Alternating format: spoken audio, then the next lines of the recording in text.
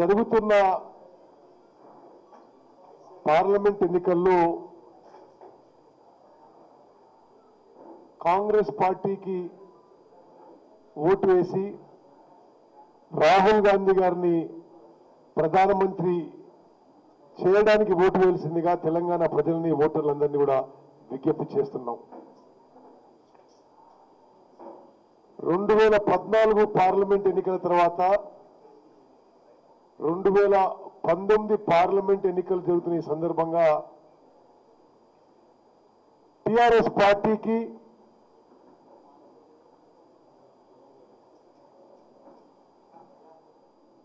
ఒక నాగర్ కర్నూల్ ఎంపీ నంద్యాల గారు తప్పితే తతిమ ఎంపీలు అందరూ కూడా 12 మంది వాళ్ళ పార్టీ తరఫున గెలవడం, మరో 3 ఎంపీలని వాళ్ళు ప్రలోభపెట్టి పార్టీలో ఇతర పార్టీలో చేర్చుకోవడం, బీజేపీకి చెందిన దత్తాత్రేయ గారు, ఎంఐఎం చెందిన ఓవైసీ గారు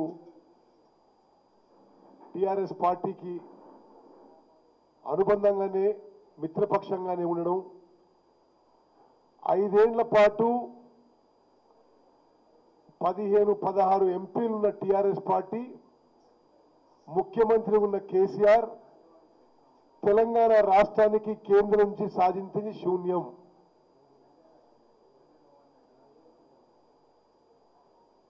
నేను మరోమారు రిపీట్ చేస్తున్నాను, 2014 నుంచి 2019 వరకు తెలంగాణ రాష్ట్రం నుంచి 17 మంది ఎంపీలుంటే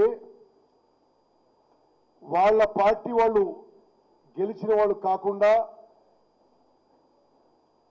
నల్గొండ నుంచి గెలిచిన సుఖేందర్ రెడ్డి గారిని, టీడీపీ నుంచి గెలిచిన మల్లారెడ్డి గారిని, వైఎస్ఆర్సీపీ గెలిచిన పొంగులేటి శ్రీనివాసరెడ్డి గారిని తన పార్టీలో చేర్చుకొని ఇల్లీగల్గా బీజేపీ దత్తాత్రేయ గారు, ఎంఐఎం ఓవైసీ గారు వారికి మిత్రపక్షంగా ఉంటూ 16 మంది ఎంపీలున్న తెలంగాణ రాష్ట్రానికి కేంద్ర ప్రభుత్వం నుంచి ఏమీ సాధించని కేసీఆర్ గారు టిఆర్ఎస్ పార్టీకి ఈసారి పార్లమెంట్ ఎన్నికల్లో ఓట్లడే అర్హత లేదు అని ఒక స్పష్టమైన సందేశం తెలంగాణ ప్రజలకు ఇవ్వదలుచుకున్నాం. అదేవిధంగా కేంద్రంలో ఉన్న బీజేపీకి మిత్రపక్షంగా ఉన్న టిఆర్ఎస్ పార్టీ ఈ రోజు ఏదో ఎన్నికలు వచ్చినాయని చెప్పి మళ్ళీ ఏదో మాట్లాడే ప్రయత్నం చేస్తున్నాం. కానీ మేము తెలంగాణ ఓటర్లకి గుర్తు చేయదలుచుకున్నాం, భారత రాష్ట్రపతి ఎన్నికల్లో ఆర్ఎస్ఎస్ బ్యాక్గ్రౌండ్ ఉన్న రామ్నాథ్ కోవింద్ గారు భారత రాష్ట్రపతి కావడానికి కేసీఆర్ గారు ఓటు వేశారా లేదా? భారత ఉపరాష్ట్రపతి ఎన్నికల్లో డిమానిటైజేషన్లో, జీఎస్టీలో, రాజ్యసభ డిప్యూటీ చైర్మన్ ఎన్నికల్లో, లోక్సభలో అవిశ్వాస తీర్మానం సందర్భంగా టిఆర్ఎస్ పార్టీ బీజేపీ పార్టీకి బహిరంగంగా మద్దతు పలికిన విషయం, మద్దతు పలికిన తెలంగాణ రాష్ట్రానికి ఏమీ ప్రయోజనం చెందని విషయం తెలంగాణ ప్రజలకి, ఓటర్లందరికీ కూడా మరోసారి మేము గుర్తు చేస్తున్నాం. అదేవిధంగా మిత్రపక్షంగా ఉన్న బీజేపీ నుంచి తెలంగాణ బిల్లులో చట్టబద్ధత ఉన్న కాజీపేట్ రైల్వే కోచ్ ఫ్యాక్టరీ అసలు దాన్ని ఊసే లేదు. బయ్యారం స్టీల్ ఫ్యాక్టరీ సాధించలేకపోయారు. గిరిజన యూనివర్సిటీ గురించి వీళ్ళు మాట్లాడరు, వాళ్ళు మాట్లాడరు. గతంలో మంజూరన్న ఐటీఐఆర్ రద్దయిపోయింది. కేంద్రం నుంచి ఒక ఇరిగేషన్ ప్రాజెక్టుకి జాతీయ హోదా సంపాదించలేకపోయారు. అన్ని విధాలుగా వైఫల్యం చెందిన టిఆర్ఎస్ పార్టీకి పార్లమెంట్ ఎన్నికల్లో ఓటు వేయడం వృధా, అది మోరీలోనే ఓటేసినట్టుందని చెప్పి కాంగ్రెస్ పార్టీ తెలంగాణ ఓటర్లకు మనం చేస్తున్నాం. మేము స్పష్టమైన హామీ ఇస్తున్నాము, తెలంగాణ ఓటర్లు కాంగ్రెస్ పార్టీకి తెలంగాణ రాష్ట్రంలో అధిక స్థానాలు ఎంపీ స్థానాలు ఇస్తే ఖచ్చితంగా ఒక భారీ ఇరిగేషన్ ప్రాజెక్ట్ కి జాతీయ హోదా తీసుకొస్తాము. తెలంగాణ బిల్లులో ఉన్న రైల్ కోచ్ ఫ్యాక్టరీ కట్టిస్తాము. బయ్యారం స్టీల్ ఫ్యాక్టరీ నిర్మింప చేయిస్తాము. ఐటీఐఆర్ పునరుద్ధరించి కేసీఆర్ మాటల్లోనే మొదటి సంవత్సరం గవర్నర్ అడ్రస్ లో చెప్పినట్టుగా 2.5 లక్షల కోట్ల పెట్టుబడులు తీసుకొచ్చి సుమారు 50 లక్షల యువతకు డైరెక్ట్ ఇండైరెక్ట్ ఎంప్లాయ్మెంట్ క్రియేట్ చేస్తామని చెప్పి స్పష్టమైన హామీ ఇస్తున్నాము. నేను ఐటీఐఆర్ లో పెట్టుబడి కానీ ఈ ఉద్యోగ అవకాశాల ఫిగర్స్ అయితే మనవి చేస్తున్నాను. అది కేసీఆర్ గారు ముఖ్యమంత్రి అయిన తర్వాత గవర్నర్ అడ్రస్ లో ఉన్న అంకెలు మాత్రమే నేను ప్రస్తావిస్తున్నాను. స్పష్టమైన హామీ తెలంగాణ ఓటర్లకు ఇస్తున్నాం. ఈ దేశానికి రాహుల్ గాంధీ గారు ప్రధానమంత్రి కాబోతున్నారు.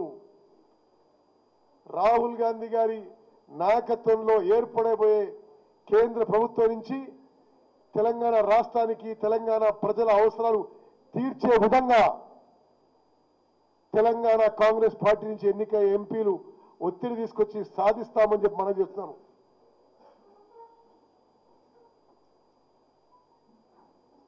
నైన్త్ షెడ్యూల్లో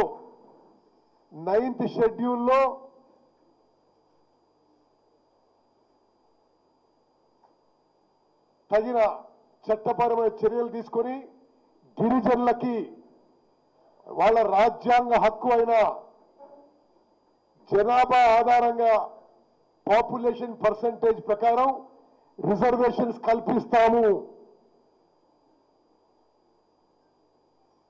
ఈ స్పష్టమైన హామీలతో మేము తెలంగాణ ఓటర్లని కాంగ్రెస్ పార్టీకి పార్లమెంట్ ఎన్నికల్లో ఓటు వేయాల్సిందిగా విజ్ఞప్తి చేస్తున్నాము.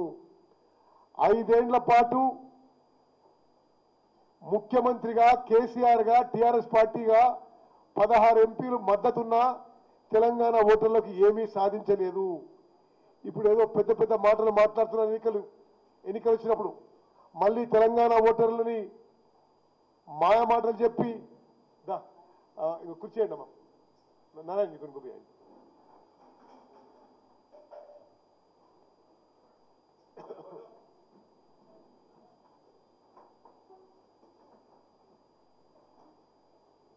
చాలా స్పష్టంగా నేను మనవి చేస్తున్నాను. పార్లమెంట్ ఎన్నికల్లో టీఆర్ఎస్ పార్టీకి ఓటు వేయడం ఓటు వృధా అవుతుంది. ఓటు మోరీలో వేసినట్టే. ఈ 5 ఏళ్ల ట్రాక్ రికార్డు ఉంది. 2014 నుంచి 2019 వరకు 16 ఎంపీలు వాళ్ళ పార్టీ వాళ్ళు కానీ మద్దతున్నా టీఆర్ఎస్ పార్టీ ముఖ్యమంత్రిగా కేసీఆర్ ఏమీ సాధించలేకపోయారు. మతతత్వ బీజేపీ పార్టీకి అధికారంలో బీజేపీ పార్టీకి ఏనాడు కూడా ఏ విషయంలో కూడా నిలదీసినట్టు ఎక్కడా లేదు. తెలంగాణ బిల్లులోని అంశాలు కూడా కేసీఆర్ గారు సాధించలేకపోయారు. తెలంగాణ ఓటర్లకి తెలంగాణ కాంగ్రెస్ పార్టీగా స్పష్టమైన హామీ ఇస్తున్నాము. రాబోయే కేంద్ర ప్రభుత్వంలో రాహుల్ గాంధీ గారి ప్రధానమంత్రి కాబోతున్నారు. రాబోయే కేంద్ర ప్రభుత్వంలో తెలంగాణలో అత్యధిక స్థానాల్లో కాంగ్రెస్ ఎంపీలను గెలిపియండి. ఒక భారీ ఇరిగేషన్ ప్రాజెక్ట్ కి జాతీయ హోదా తీసుకొస్తాం. కాజీపేట్ రైల్ కోచ్ ఫ్యాక్టరీ కట్టిస్తాం. బయ్యారం స్టీల్ ఫ్యాక్టరీ నిర్మాణం చేసే విధంగా ఒత్తిడి తీసుకొస్తాం. ఐటీఐఆర్ పునరుద్ధరించి తెలంగాణ యువతకి ఉద్యోగ అవకాశాలు కల్పిస్తాం. గిరిజన విశ్వవిద్యాలయం తప్పనిసరిగా మంజూరు చేయించి పూర్తి చేయిస్తాము. ఈ స్పష్టమైన హామీలు తెలంగాణ ఓటర్లకి మరి మీ ద్వారా తెలియచేయాల్సిన అవసరం ఉందని చెప్పి మీ ద్వారా మరి ఈ ప్రెస్ మీట్ పెడుతున్న విషయం నేను మనవి చేస్తున్నాను. నల్గొండ భువనగిరి పార్లమెంట్ స్థానాలు భారీ మెజార్టీతో గెలుపొందుతాం. అదేవిధంగా 17 స్థానాల్లో తెలంగాణ రాష్ట్రంలో మెజార్టీ స్థానాలు కాంగ్రెస్ పార్టీ ఎంపీ స్థానాలు గెలవబోతున్న విషయం కూడా మీ అందరికీ సవినయంగానే మనవి చేస్తాను.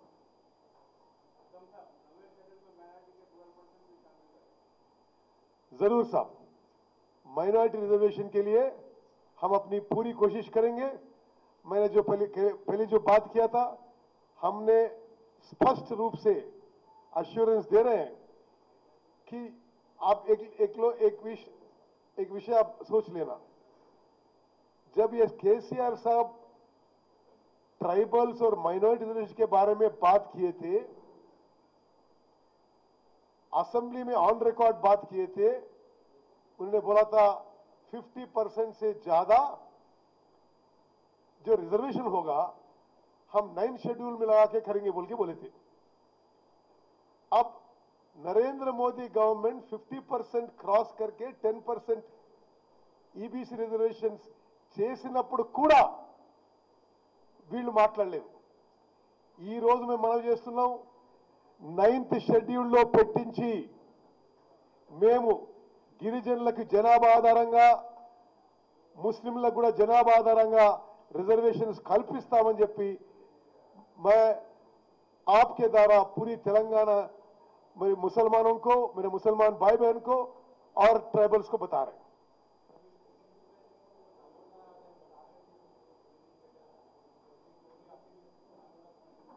ఈ రోజు మేము నల్గొండ భువనగిరి వేరే విషయాలు మాట్లాడడానికి కూడా సమావేశమైనాం.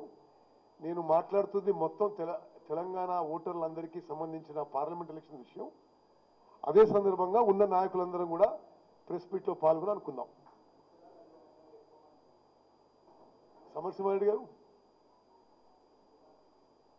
మల్రెడ్డి రంగారెడ్డి గారు, పొన్నా లక్ష్మి గారు, ఓకే ఓకే నెక్స్ట్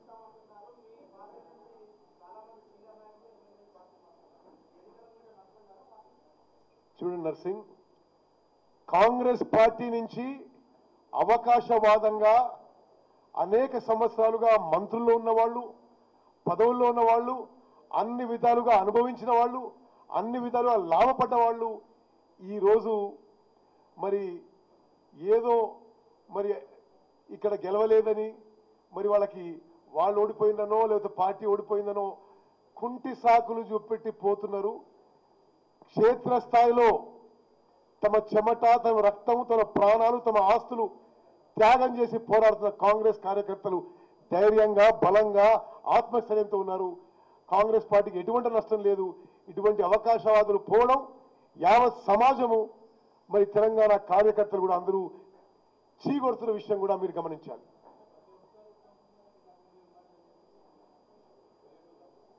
సరే, అది కొంత సహజమే ఉండొచ్చు, నేను కాంగ్రెస్ పార్టీ అధ్యక్షుని కాబట్టి. కానీ వీళ్ళు కాంగ్రెస్ పార్టీలో, కాంగ్రెస్ అధికారంలో ఉన్నప్పుడు ఎక్కువ ఎంజాయ్ చేసిన వాళ్ళు, ఎక్కువ పదవులు ఉన్న వాళ్ళు నా గురించి మాట్లాడడం ఇది ఎంతవరకు సవాలు మీరే ఆలోచన చేయాలి. ఇప్పుడు పోయిన వాళ్ళలో అన్ని అధికారంలో ఉన్నప్పుడు వాళ్ళే చెలాయించిండ్రు, అధికారం లేనప్పుడు వాళ్ళనే ఎంపీ పోటీ చేయమని చెప్పినాము.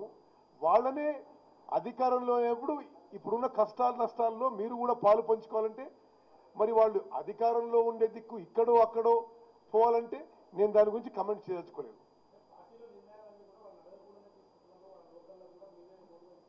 మీరు చెప్పిన వారి గురించి చెప్తున్నా, వాళ్ళనే పార్లమెంట్ పోటీ చేయమన్న మాట వాస్తవా కాదా? వేరే ఏ నిర్ణయం కూడా తీసుకోవడం ఈ మధ్య తీసుకోలేదు. రాహుల్ గాంధీ గారి పర్యటన ఉంటుంది కానీ ఏం ఫైనలైజ్ కాలేదు.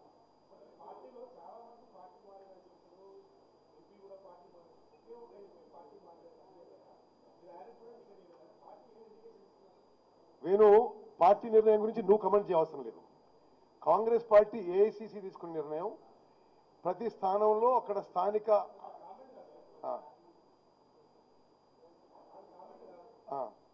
నీ కమెంట్ ఏది, నీ ఇండివిజువల్ కమెంట్ ఏది? ఇది నేనేమంటానంటే అక్కడ స్థానిక నాయకుల అభిప్రాయం మేరకు అధిష్టానం తీసుకున్న నిర్ణయం అది. నీ కమెంటే అది అది అది మీరు ఆ విషయంలో మీరు ఇంకా ప్రొలాంగ్ చేయకుండా అది కాంగ్రెస్ పార్టీ హైకమాండ్ తీసుకుని నిర్ణయం. ప్రియాంక టూర్ కూడా ప్రియాంక గాంధీ గారు కూడా తెలంగాణ రాష్ట్రంలో పర్యటిస్తారు.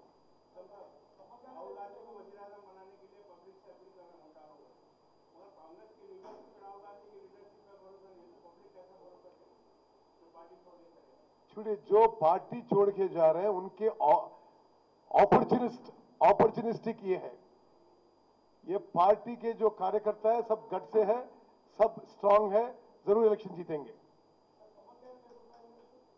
कौन कैंडिडेट यूज फाइनल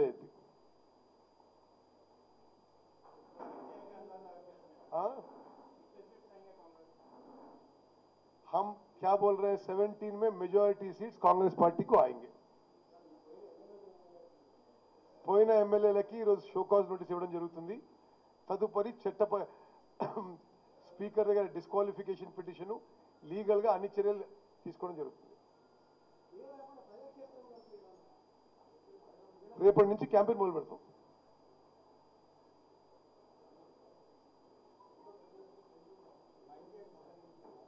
ఇంకోటి సరే మమ్మల్ని ప్రశ్నలు అడుగుతున్నారు, మీరు అసలు ఇక్కడ ప్రశ్నలు అడగరు. ఆడ పోయిన ఎమ్మెల్యేలది సీఎం ఇంట్లో కూర్చొని ఒక స్టేట్మెంట్ డ్రాఫ్ట్ చేసి సంతకం పెట్టి వీళ్ళు ఇస్తున్నారు కాన్స్టిట్యున్సీ డెవలప్మెంట్ అని. మీరందరూ సీనియర్ జర్నలిస్టు మీడియా ద్వారా తెలంగాణ ప్రజలకు మేము అప్పీల్ చేస్తున్నాం. అంటే ప్రతిపక్ష పార్టీకి ఎమ్మెల్యేలు గెలిస్తే డెవలప్మెంట్ ఈ ముఖ్యమంత్రి చేయడా? ఇది ఎవరన్నా వాళ్ళ ఇంటి నుంచి తీసుకొచ్చి ఫండ్స్ అలాట్ చేస్తున్నారా? ఇంత పెద్ద విషయాన్ని నేను మీడియాలో ఎక్కడ విశ్లేషించి చూడలే. ప్రతిపక్ష ఎమ్మెల్యేలు ప్రతి ఒక్కరు కూడా మా కాన్స్టిట్యున్సీ డెవలప్మెంట్ కోసం మేము ప్రతిపక్షం నుంచి రూలింగ్ పార్టీలో చేరుతున్నాం అంటే అసలు మొత్తం అసెంబ్లీ అండ్ కౌన్సిల్ మనం ప్రగతి భవన్ షిఫ్ట్ చేసుకోనో టీఆర్ఎస్ పార్టీ షిఫ్ట్ చేసుకో అయిపోతుంది కదా. ఈ ప్రశ్న మీరు లేవనెత్తాలి. మారుతున్న ప్రతి ఎమ్మెల్యే కూడా కాన్స్టిట్యున్సీ డెవలప్మెంట్ కోసం అంటే ముఖ్యమంత్రి తెలంగాణ ప్రజలందరికీ ముఖ్యమంత్రి, రూలింగ్ పార్టీకే ముఖ్యమంత్రి.